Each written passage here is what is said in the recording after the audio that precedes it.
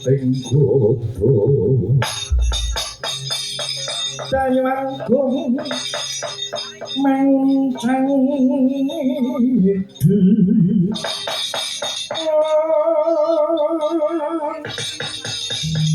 benjang sajimidu wading ngadawiwu Pursasura wilaga kaya buta sing ngoreke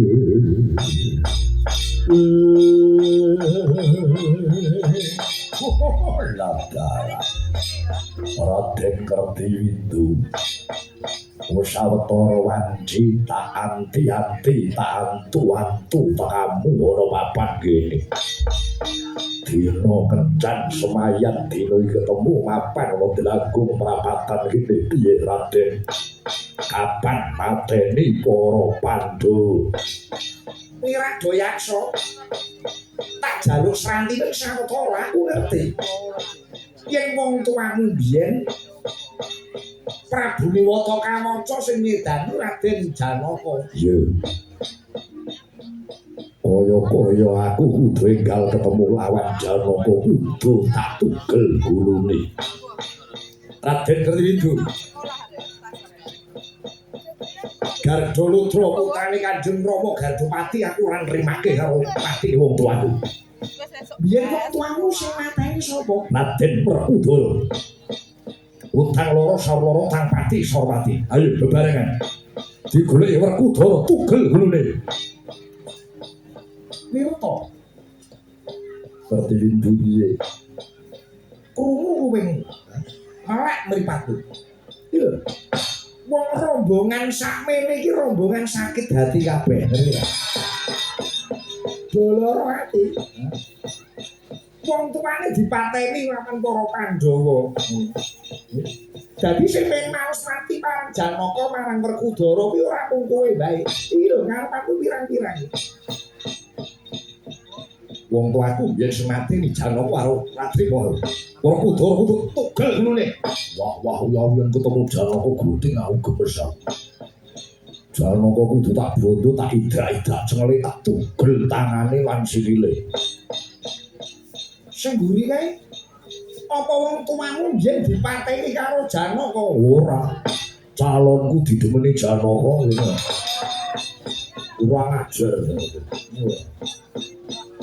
Ya calonmu tak takoni dik kuwi abot aku apa abot Janaka pangsulane abot Janaka warsaya lara iki urip pisan sepeleke karo wong wadon yo guru-guru Janaka kuwi mung ora trimo dunggule Janaka ora digelune ngene sadurunge mateni Janaka lan Werkudara kowe kabeh kudu percaya marang Kertiwindu yo aku percaya marang kuwi Raden putrane Swargi Patih Sengkuni pancen Wasis bocah sing pinter syukur yen ngakoni babagan kuwi tak kandhani ya kabar sumebar pawarta kang Puswarata ora suwe meneh mapan ana negara Ngastina iki bakal ana pilihan ratu anyar iya sawise Bratayuda aja binangun para Pandhawa boyong ana negara Ngastina sing dadi ratu saiki Prabu Puntadewa. Mongko Puntadewa bakal lengser ke Prabon. Iki ngono bakal ganti ratu anyar. Ratu sing bakal gumanti ana negara Ngastina sapa? Pawarta sing tak tampa putu Janaka anak Abimanyu sing jenenge Parikesit. Parikesit iya. Aku ki duwe ilmu titen.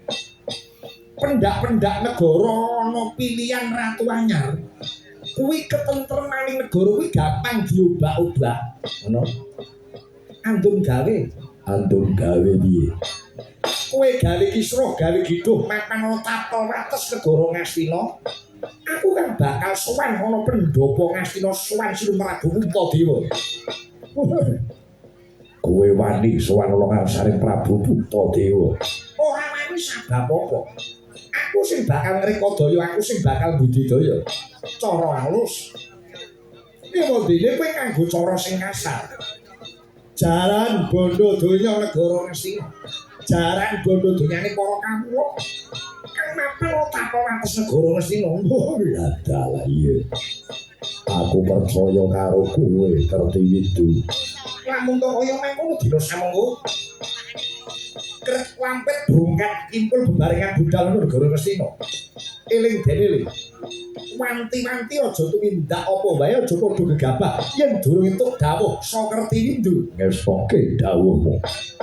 Banjur budal besok kapan? Besok ndak tak ngenteni apa budal dina iki. Enjing bidal kumuro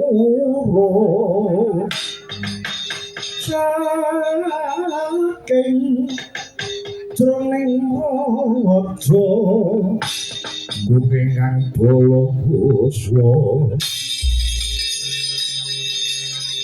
obro busanan wiro